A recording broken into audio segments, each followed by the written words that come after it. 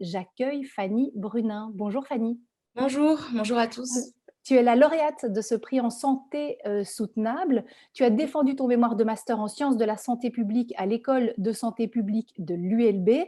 Son Oui, titre, c'est «La nature» entre guillemets, outil thérapeutique de réduction du stress, enquête d'opinion auprès d'assistants en médecine générale, et tu as eu comme promotrice Catherine Boulan, qui est présidente de l'école de santé publique de l'ULB et directrice du centre de recherche en santé environnementale et santé au travail. On la retrouvera évidemment dans quelques instants. En attendant, Fanny, c'est à toi. merci. Je lance mon chrono. Donc, rebonjour à tous. Donc, environ 28,7% des Belges se disent stressés. Le stress provoque des troubles psychologiques et physiologiques. Et il devient de plus en plus important de trouver des alternatives aux traitements médicamenteux traditionnels prescrits dans le cadre de la réduction du stress, car ceux-ci ne sont pas toujours une solution idéale. En effet, ces médicaments ont de nombreux effets secondaires, comme l'accoutumance ou le problème de chute chez les personnes âgées. Et justement, vous, qu'est-ce que vous faites pour vous déstresser ou pour vous relaxer? Moi, par exemple, j'aime beaucoup jardiner, j'aime beaucoup me balader en forêt aussi ou simplement observer la nature. Du coup, je me suis demandé, et si nos futurs médecins généralistes voulaient conseiller la nature à leurs patients pour réduire leur stress? Par nature, j'entends vraiment des activités douces et passives et pas la pratique d'un sport en forêt. Bien que le jardinage peut quand même être très sportif à certains moments. Du coup, ma question de recherche précise était: quelle est la place de la nature en tant qu'outil thérapeutique de réduction du stress dans la future pratique professionnelle des assistants médecine générale de l'ULB et de l'ULiège? Pour répondre à cette question, j'ai procédé en deux temps. D'abord, j'ai réalisé un questionnaire pour connaître l'opinion des assistants médecine générale. Ensuite, j'ai également réalisé une étude de la littérature scientifique où j'ai analysé des revues systématiques et des méta-analyses pour connaître le niveau de preuve relatif aux effets thérapeutiques de réduction du stress de la nature. Mes analyses ont montré que les preuves d'efficacité existent, mais qu'elles sont encore pas assez suffisantes, bien que beaucoup soient quand même convaincantes. Quant aux assistants en médecine générale, la grande majorité, donc c'était 90 assistants sur 95, ont déclaré que oui, ils voulaient, en tout cas, ils envisageaient fortement de conseiller la nature à leurs patients pour la réduction du stress.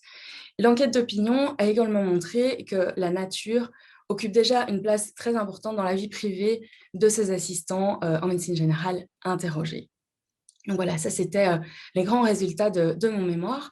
Euh, pour poursuivre le mémoire, je pense qu'il serait intéressant de reconduire l'enquête d'opinion, cette fois-ci auprès d'un panel d'assistants en médecine générale bien plus important pour récolter davantage d'opinions et pourquoi pas directement interroger les médecins généralistes établis.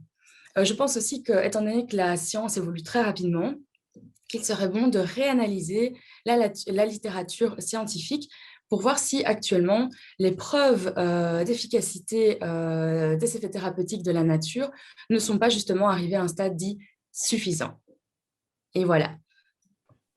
Merci beaucoup. Merci Fanny. On se retrouve évidemment dans quelques instants pour le question-réponse. Donc si vous avez déjà des questions à poser à Fanny, n'hésitez pas à les poster dans la conversation. Je les relaye dans quelques minutes. Et j'en profite pour préciser que tu seras aussi l'invité de l'émission radio Tendance Première qui est présentée par Véronique Thibérien. Ce sera Oui, ce jeudi à 10 heures sur La Première. J'accueille à présent ta promotrice Catherine Boulan. Bonjour. bonjour. Alors, évidemment, une question importante pour vous. Comment ce travail a-t-il fait avancer la réflexion ou les pratiques dans son domaine de recherche? Ce qu'on voit, c'est que globalement, pendant les études de médecine, il y a très peu de cours sur l'environnement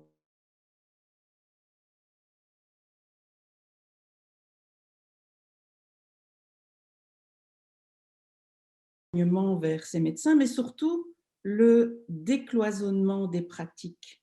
Et on se retrouve avec de plus en plus de volonté de prévention et la médecine est relativement, je dirais, peu outillée par rapport à ces aspects-là.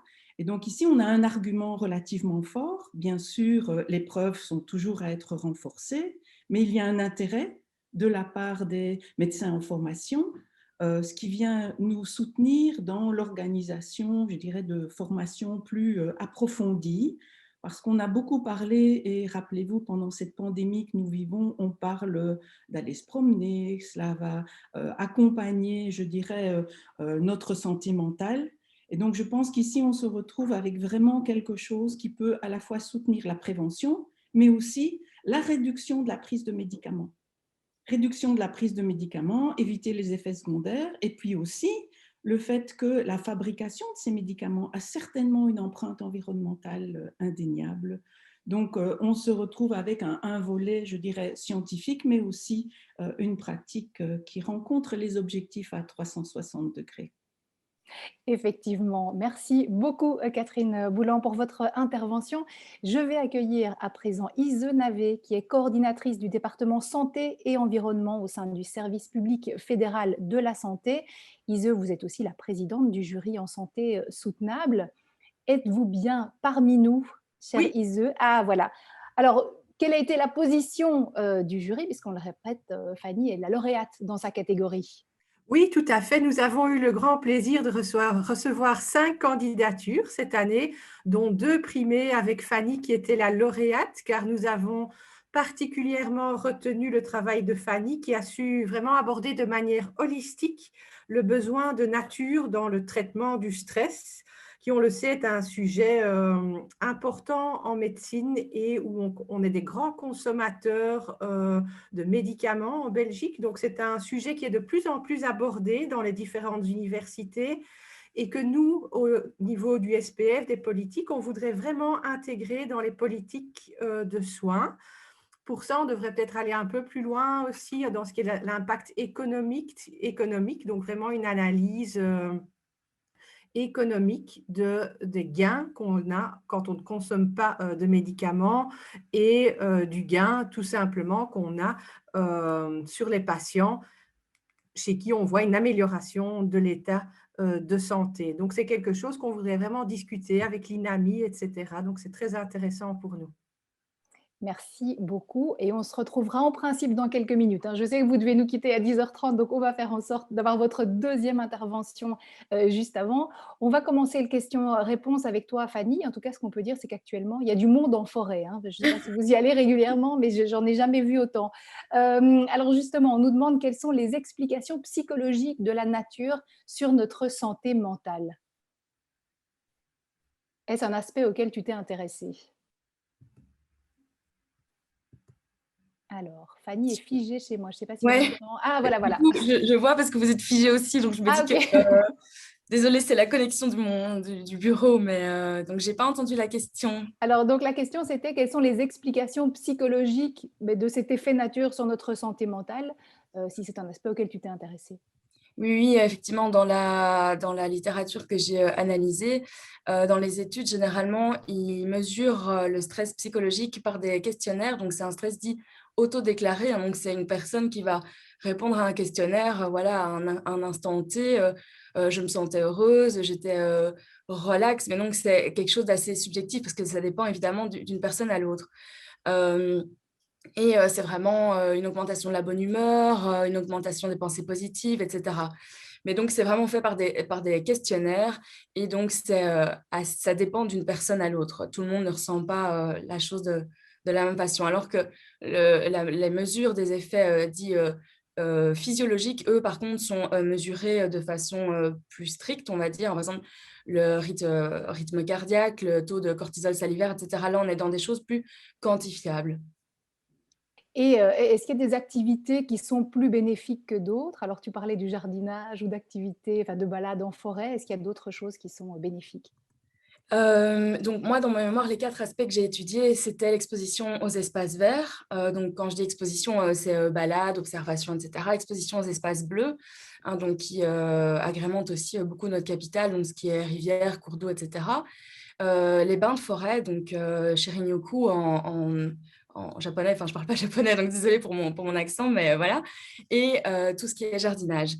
Je ne pourrais pas dire quelle pratique est la plus relaxante, parce que pour ça, il faudrait qu'il y ait davantage d'études qui soient conduites.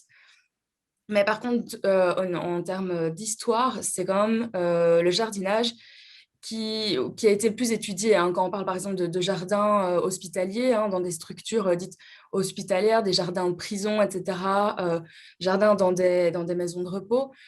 Donc, je ne pourrais pas dire laquelle est la plus relaxante, mais en tout cas, il y a davantage d'études sur le jardinage. Et puis, il y a certainement un aspect subjectif aussi qui joue. Oui. Voilà.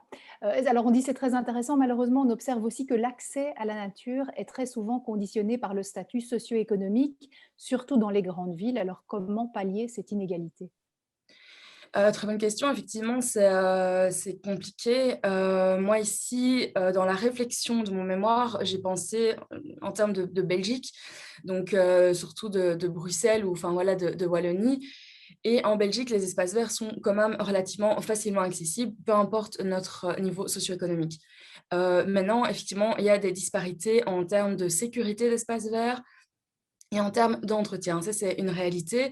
Et je pense que Bruxelles Environnement répondrait mieux à la question que moi, parce que je n'ai pas étudié le problème d'inégalité, même si je sais que c'est une question sous-jacente qu'il faudra traiter et résoudre si on veut arriver à une prescription de la nature.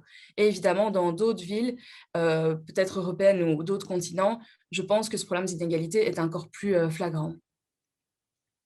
Autre question, avez-vous étudié les effets de la prise de médicaments et notre environnement, via nos urines par exemple, sur l'eau que nous buvons?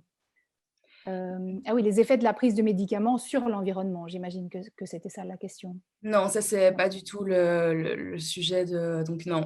OK.